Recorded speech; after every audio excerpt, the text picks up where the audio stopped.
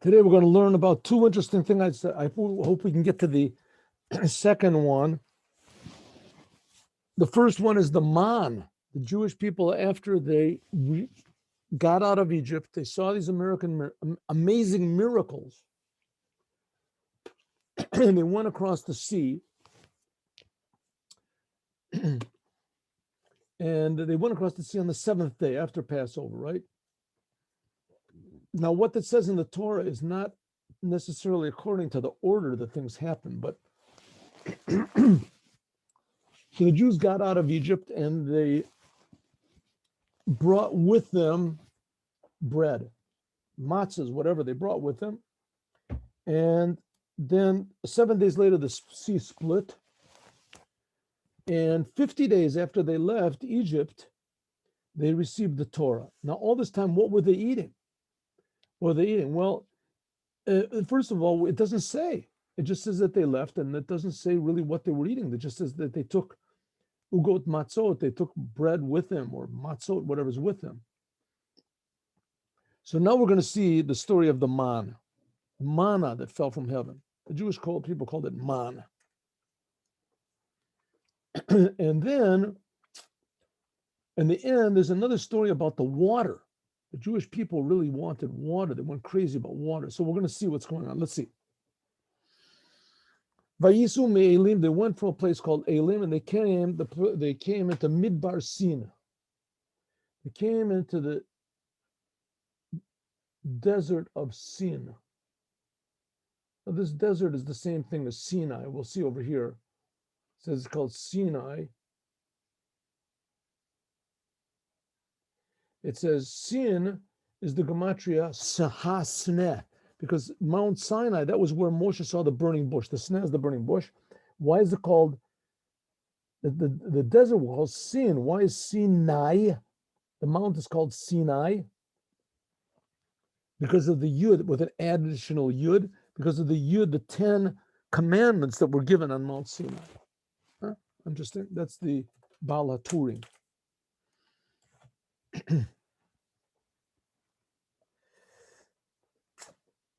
So here's Rashi. It says they came in the Midbar. When was the 15th day of the month, of the second month? Now, the first month, that was Nisan. That was the month that they left Egypt. And they left Egypt on the 15th day of Nisan. And 1 month later, 30 days later, they came, it says that they came into the desert of Sinai, desert of Sin. And so what happens? What's so special about this date? It says in this parasha Yom, this is the day. Why is this campment so important? I mean, they camped 42 times in the desert. What is this one so important? Because that's the day when the bread that they took out of Egypt finished. And now they needed the man. They needed something to eat. So we knew that they ate just the remainders of the dough that they brought out. 61 meals. In other words, 2 meals a day for 30 days, and then 1 day for this last day. And then the man came down the day afterwards on Tes Zayin Be'ir. And that was on Sunday. This says it in Shabbos, in the Gemara Shabbos. Okay, another place we're going to see that it says that the man was on the day afterwards that it fell down. We'll see. Okay, the Jewish people, understandably, they all cried out to Moshe and to Aaron in the desert. Why? Kol lechem, there was no more bread. And they said to them, to Moshe and Aaron, the Jewish people said, Mi yiten motenu b'yad, if we should have only died by the hand of God in Egypt, b'shivtenu al sira basar, when we were then on the pot of meat. Remember the good cholent we used to eat over there in Egypt? Egypt was great over there. Then we eat bread and we're totally satisfied. Now you're taking us out into this desert. You're going to kill us all by hunger. In other words, that Moshe did all these miracles and took them across the sea and everything like that. Okay, that's all right. We sort of deserve that, but come on, you took us all the way out here. You got to give us food, and there's no food. We're hungry. It says, "Mi tain lanu," if we should only have died. Who is this saying this? Who is this saying these weird things? Says the Or HaChaim.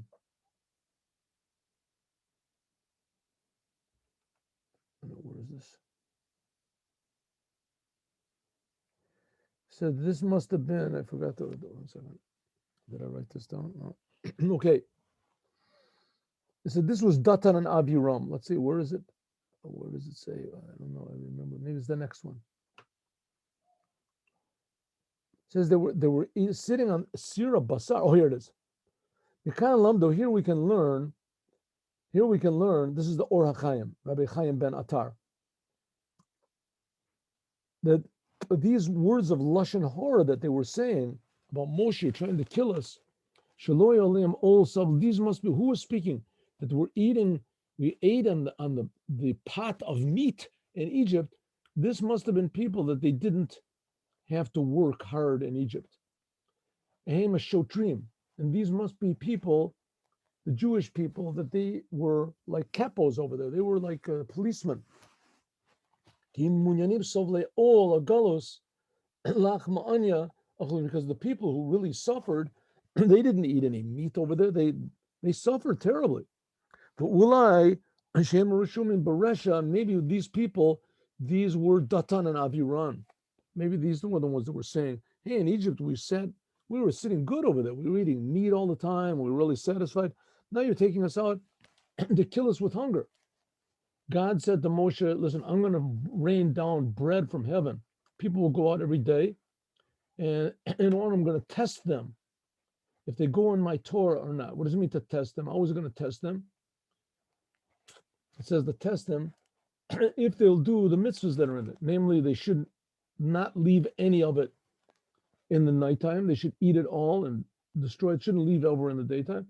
And also, they should, on Shabbat, they shouldn't go out to gather more. They got a double portion on Friday. They shouldn't go. Of course, we'll see that the Jewish people don't. And this is going to be, again, Datan and Aviram. We're going to see.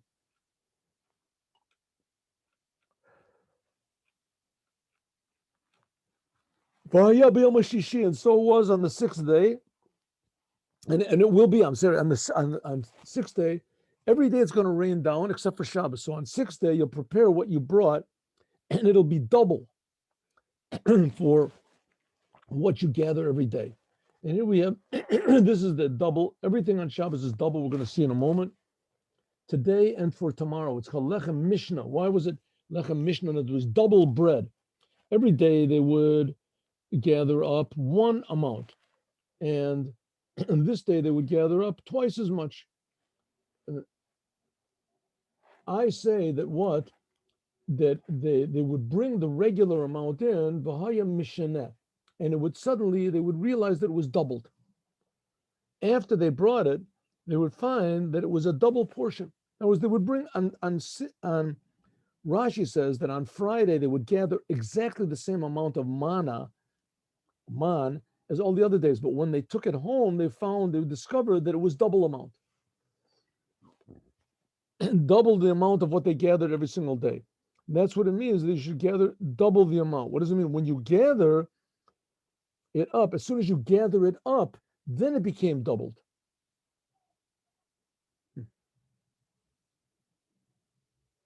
That's what it means that on Friday, I'm going to give you double bread. What does it mean? It's the blessing of God that made it double. It wasn't that you just got a double portion on Friday. So says Rashi. It says it's going to be a double portion. It says the Baal HaTurim, everything on Shabbat is double. On Shabbat, they brought 2 sheep in the temple. There was 2 breads. You light 2 candles. One is for Zachar and Shamor. The two commandments are mentioned in the 10 commandments. 2 aspects of Shabbos: to remember the day of Shabbos and to protect the day of Shabbos. It's the positive and the negative commandments. Here the Safrono says a little bit different. They found that it would be, they should prepare it. V'yechinu, they prepared it, what they brought, and it was double. So what does it mean it was double? That it says even after they prepared it was the same amount. And then when they boiled it, usually when you boil something, it gets a little bit smaller. But here it didn't get any smaller. What they brought was, well, Omar, he said, therefore you should prepare it. What does it mean, hechinu? You should prepare it so that on Shabbat it would be a little more tasty. You should do something. And the rest of the week you didn't have to prepare it. Depends what it was. It says that the tzaddikim didn't have to prepare it at all. They could eat it as it was. They could just cook it or whatever. And that the other people, they had to grind it and they had to knead it, and it depended on what level that the person was at spiritually. Moshe and Aaron said to all the Jewish people, now it's the nighttime and you're going to know that it's God that took you out of Egypt. In other words, in the evening, you're going to know why. What's going to happen in the evening? So he's going to say, in the morning, you're going to see the glory of God, and that he heard all of your complaints. And who are we? Nachnuma, who are we that you're complaining to us? We're just servants of Hashem. What are you telling me? I took you out in order to kill you. It's God that took you out.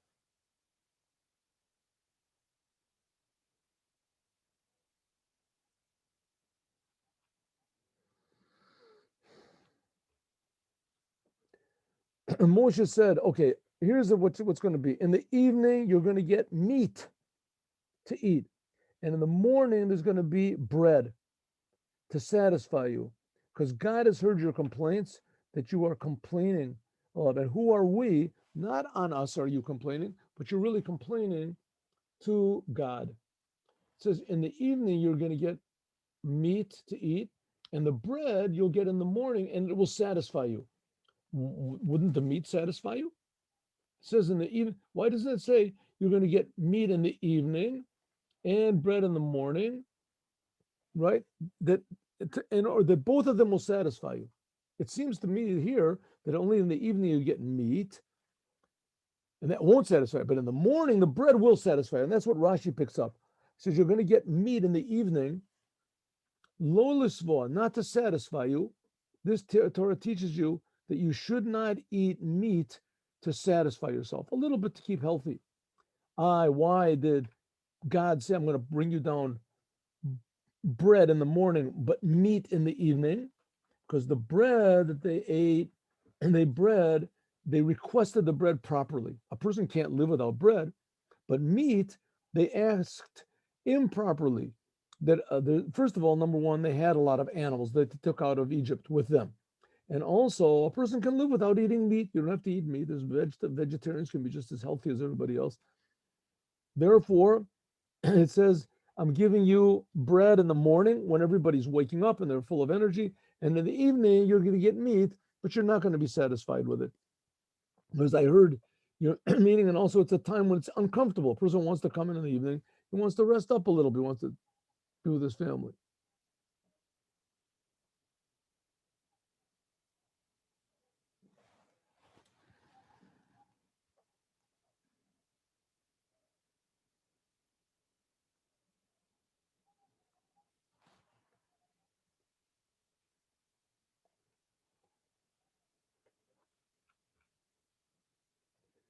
When Aaron spoke to everybody, and it says that the Yivnu, they went to the desert, and the glory of Hashem was in the cloud. And God said to Moshe like this, I heard the complaints of the Jewish people. Tell them that in the getting close to evening, they're going to eat meat. And in the morning, they're going to have bread. And you'll know that I am God. And it was an evening. And what happened? That there was slav. What is slav? Slav, it says, is some sort of birds, and they were very fat. And that's what they got in the evening, the slav. Quails or something, I think they translated. I don't know if it's that. And it covered the whole camp. And in the morning, there was like this whole layer of dew around the camp, and the dew rose up. And here we see that it is that the whole desert was like shiny or something like that. And here is the man. And the Jewish people saw everyone, and they said, "What is it? What's this glowing stuff or something that's all white?" They called it man.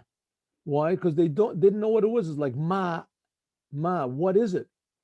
Moshe Eliam, this is the bread that God is going to give you in the morning. This is the thing that God commanded you. Should go and gather it up. Each person one omer legugelas, whatever omer is. Let's say it's a pound or something for each person, for each and every person of the family. Everyone take for the people in your tent. And the Jewish people did. They gathered up a marbe a bahamamit. Some people gathered up a lot, and some people gathered up a little bit. Didn't make any difference. When they came to their houses and they measured it, each person, because they didn't know exactly how much to measure, so they figured, okay, well, we'll measure it enough. Measure, maybe there'll be a little bit left over, but there's man all over the place. Then we'll learn how to do it. It says when they came home, they found that the people who gathered up a little bit, that it came out to be exactly this omer. And the people who gathered up, I'm sorry, the people who gathered up a lot, it came out to be exactly the same amount. The people who gathered up a little bit, it wasn't missing anything. Big miracle. This is a big miracle that was made with the manna. No matter how much you took home, it came out to be exactly the amount. So they measured the omer, and someone who took a lot was not more than this, whatever, let's say, 1 pound. And a person who just took a little bit, he also was not missing. Everybody got exactly what they wanted. Moshe said, nobody leave this over. Okay, new commandment. No one leave anything over from this in the morning. But you have to get rid of all the man. Eat what you want, right? The whole day, eat it, and then dispose of it. But that shouldn't be left over into the morning, or eat the whole thing. Of course, lo shamo Moshe, they didn't listen to Moshe, and people left over until the morning, and it was filled with worms, and it became rotten. And Moshe was angry at these people. Okay, so who was it? Who do you think it was that left over the bread? Datan and Aviram, these same two people, Datan and Aviram, they're making trouble all the time. Datan and Aviram. Those were the two Jews that were arguing. Well, the one wanted to hit the other one when Moshe was just beginning his career over there in Egypt in Parsha Shmos. And so they left it. Who was it? Datan and Aviram. They left it over, and Moshe got very angry at them. Moshe got very angry. What did he say?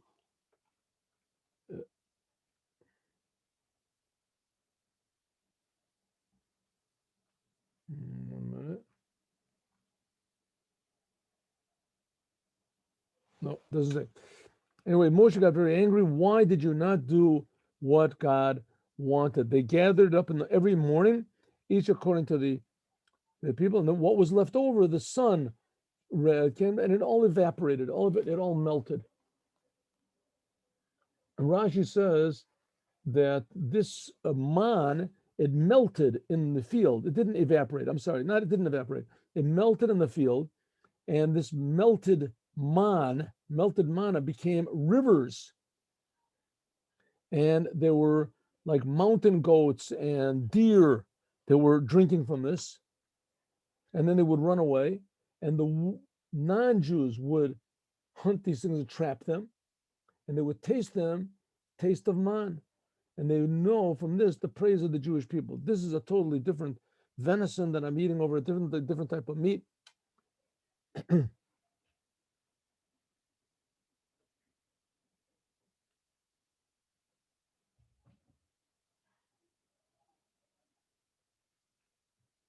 And it was that on the 6th day that everybody gathered up a double portion, and everybody, right, the heads of the tribes, they all came, they told Moshe, we did what you wanted to.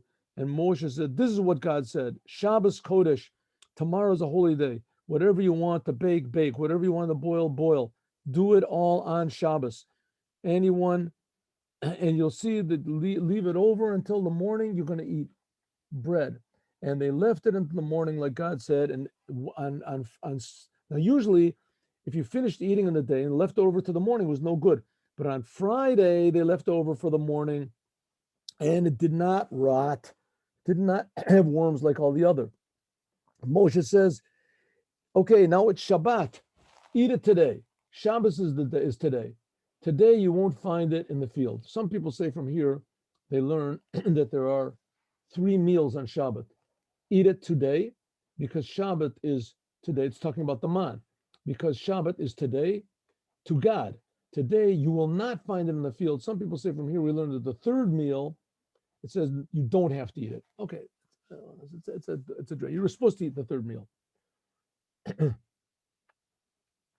At least with some people you can say you can substitute it for learning Torah, but you have to certainly make a special effort to eat a third meal. Okay, certainly 6 days you should gather it up, and Shabbos. This is one of the ways, by the way, we know when Shabbat is, because on Shabbat it wouldn't no manna would come down. Of course, so Moshe said, don't go out on Shabbat and don't go out to gather it, because that's why you get it on the 6-day double portion, so you can rest on Shabbat. And it was on Bayom HaShvi'i, it came on the Shabbat, and people did go out to gather it up, and they didn't find anything there. Who would go out and look? So some people say this is also Datan and Aviram, same people. They were the same ones that made trouble all the time. God said to Moshe, how long will these people refrain from listening to my mitzvahs and my commandments? Look, you can see that God is giving you the holy Shabbat. Therefore, he's giving you on Friday a double portion of bread so that people can rest. You don't have to go on credit. If so, everyone should just sit in their place and not go out on Shabbat to gather it up, right? And the people, they did rest on Shabbat.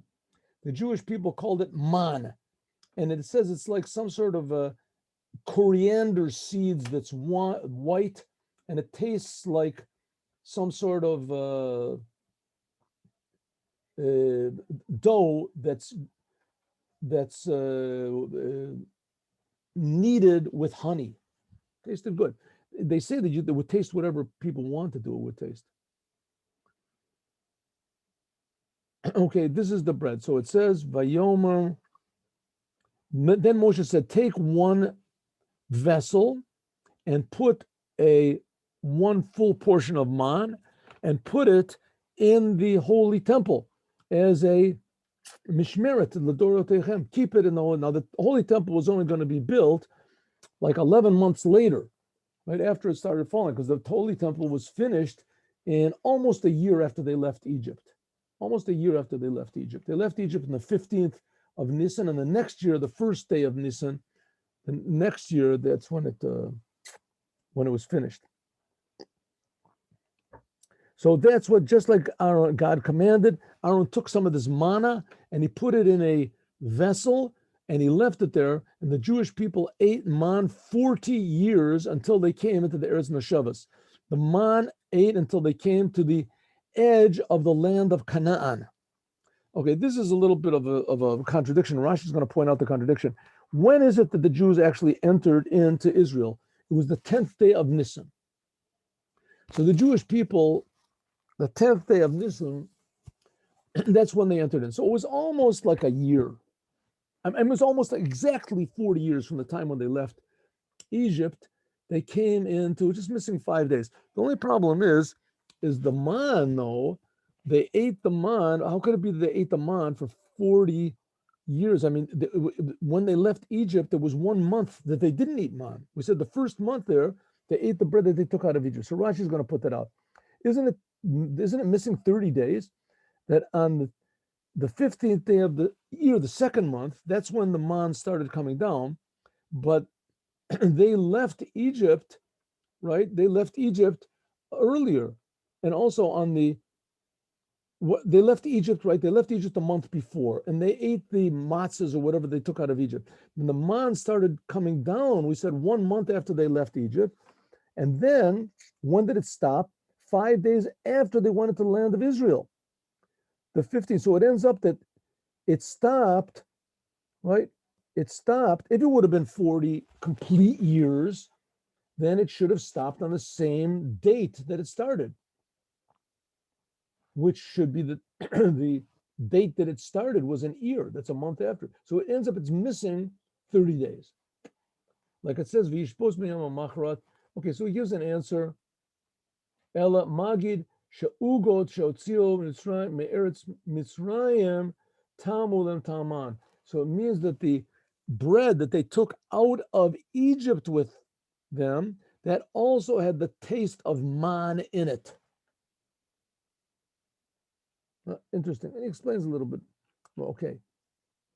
How big was the man? It says the measurement of it. And that's it. The Jewish people ate the man. The man was also a sign that God provides for you if you want. You have to trust God, and God will provide for you. All right, here's another story.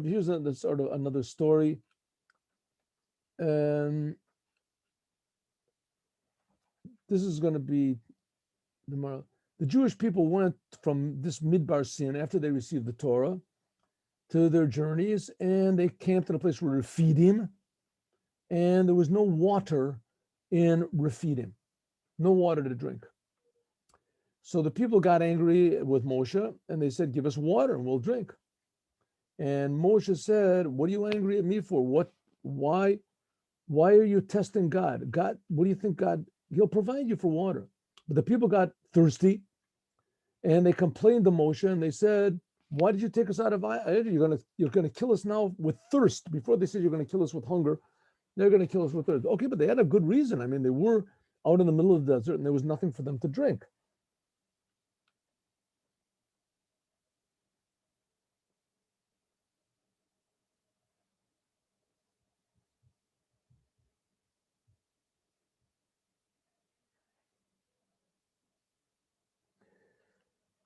The Or HaChaim really asked a very good question. Why did God do this?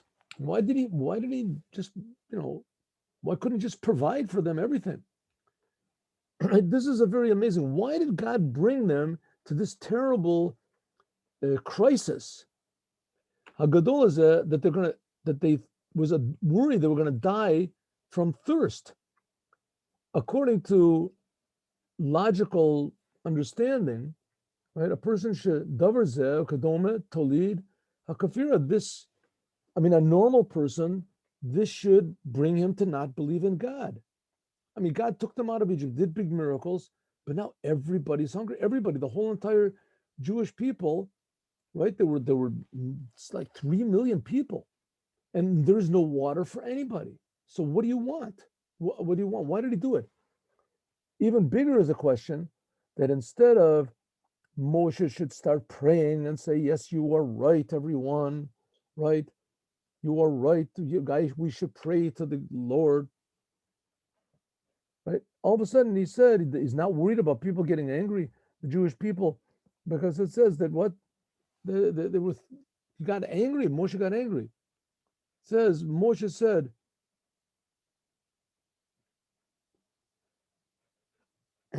"What are you coming to kill?" So Moshe said, "Here, what are you crying out?" Vayitzak Moshe. Moshe yelled at them. 1 second. Excuse me.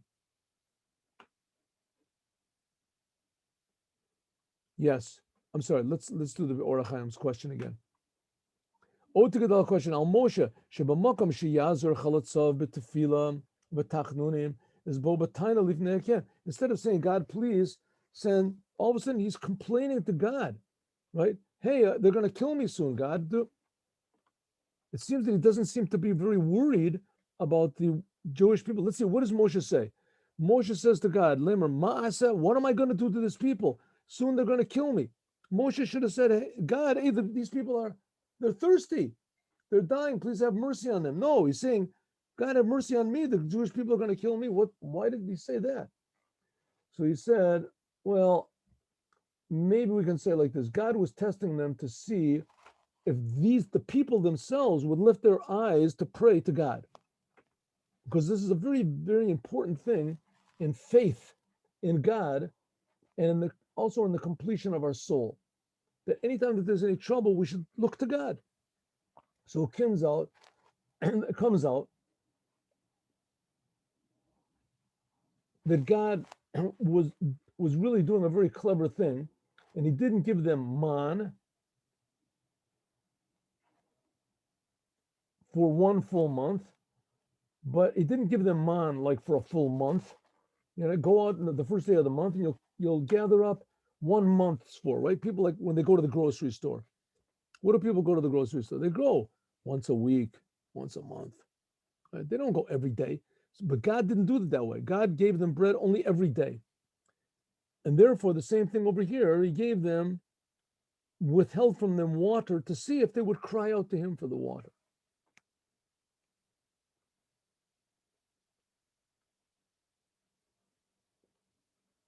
And that's what Moshe was complaining. What can I do that they won't complain to me, the people? They should complain to you. Moshe understood that it's not working. It doesn't depend on my prayer, but it depends on the people. They were supposed to pray to you, God. Okay. So God said to Moshe, okay, listen, go in front of you, take the old people, take your stick in your hand, and I'm bringing to a big rock, Bechorev. I'm bringing to you a big rock on Mount Sinai.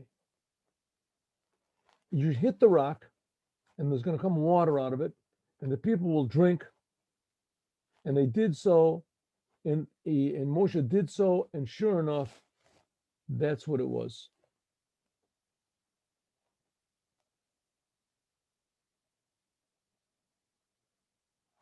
So it says that Moshe hit not on the rock, he hit in the rock.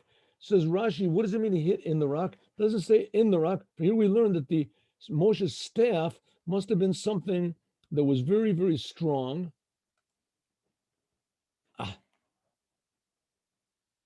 Why did this happen? Okay, let's go back here. How do we do this? Screen sharing. I pushed the wrong button, and that's it. Okay, there we go. Let's start it again.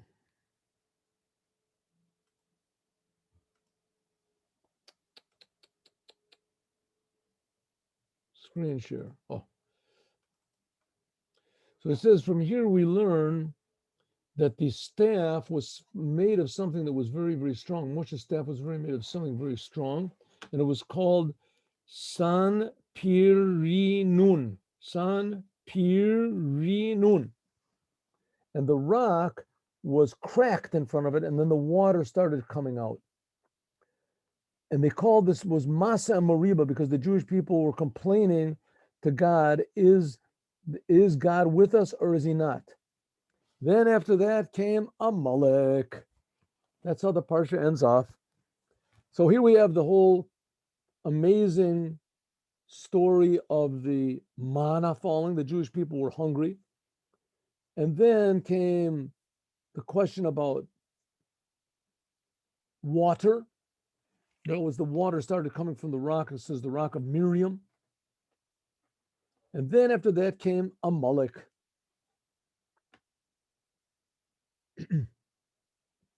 What's this thing of Amalek? Amalek happens to be a nation that hates God. And therefore, because it hates God, it hates the Jews. Can't fight against God. How are you going to fight against God? God creates the whole world, but the Jews are God's people. So fighting against the Jews is like fighting against God. What's this got to do one thing or the other? To tell us that God is trying to say, I am always with you. I am always going to help you in everything you need. And now you're saying, is God with us or not? How can you do that? So God says, by your life, in other words, I swear that the dog is now going to come and bite you. You're screaming to me, and you're screaming to me. Now you're going to find out where I am. What is this like? Says Rashi, he brings a mashal, he brings a metaphor. Once upon a time, there was a person that he took his son on his shoulders, and he carried his son, and they were walking on the way. that son was seeing, he saw something on the ground. He said, "Oh, Daddy, look at over there. There's a nice stone. Please pick it up for me and give it to me." His father says, "Okay, I'll give it to him." And he's walking along and says, "Oh, look, there's a coin, Daddy. Will you pick that up and give it to me?" And also the third time says, "Oh, look at over there. Another nice picture." And he said, he picks up all these things for his son. Then they met someone, the man that's carrying his son on his shoulders. Someone else is walking on the road toward them. The son says to this man going by, "Tell me, did you see my father? You know where my father is?" His father said, "What? You don't know where I am? I'm doing all these good things for you. You don't know where I am?" Threw him down to the ground, and a dog came along and bit him. So it's the same thing here. God gave the Jewish people, took them out of Egypt, took them across the sea, gave them bread from heaven, water from a rock. And now the Jewish people are saying, "Hey, is God around here? Is God going to help us? How can it possibly be?" So it says, therefore Amalek came along. Amalek is this terrible nation, and he got them from Rephidim, in a place called Rephidim. That was the town.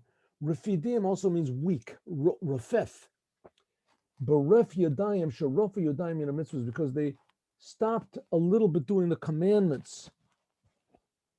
Refidim, it says that's Am Yisrael bi Refidim is the numerical value. The Balatorim was a big genius of this. If you count the numerical value of all the letters, for instance, Ayin is 70, Mem is, says this is the gematria of Rafu Yudayim Mina mitzvahs, that the Jewish people's hands became weak from the commandments. Or Chaim says a little bit different. Amalek came because they were a little bit lazy from the Torah. The Torah is compared to water, and the Torah is compared to fire. Aren't my words like fire? Because they did not work in the fire of the Torah, therefore they were punished with thirst, which is the water, and also in fire, which is Amalek came and fought against them. Moshe said to Yeshua, "Choose people and let's go and fight with Amalek. Tomorrow I'm going to stand on the top of this mountain, of this big hill, and the staff of God is going to be with me." And Yeshua did what Moshe said. He went and gathered the armies together and he fought with Amalek. But Moshe and Aaron, his brother, and Hur, they went to the top of this hill. Who was Hur? Hur was what's it called? A nephew. He was the son of Moshe's sister, Miriam. The son of his sister. And whenever Moshe would lift up his hands, the Jewish people would win. But when his hands got weak, then Amalek would win.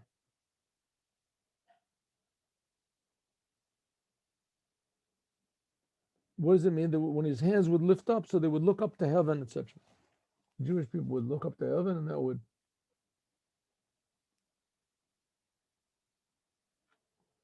The hands of Moshe got heavy, and he put a stone and he put it under his hands, and he sat down and he sat on the stone. And Aaron and Hur, they stood on both sides, and they lifted up his hands, and his hands were there very firm until Bo Hashemesh. Until, what does it mean, Bo Hashemesh? Until the nighttime came. But it says that, what's this Bo Hashemesh? Amalek, they were big astrologers, and they could exactly figure out the time in their astrologia, in their astrology. When was the best time to strike the Jews? And Moshe had said he made the sun stand still, right, for however long it was, and he confused all of the hours, so that when they thought it was going to win, that's what it's Bo Hashemesh, that he stopped the sun. And Yeshua on Amalek, they destroyed. I'm sorry, Yeshua, he was doing the fighting. He defeated Amalek and his people by the sword.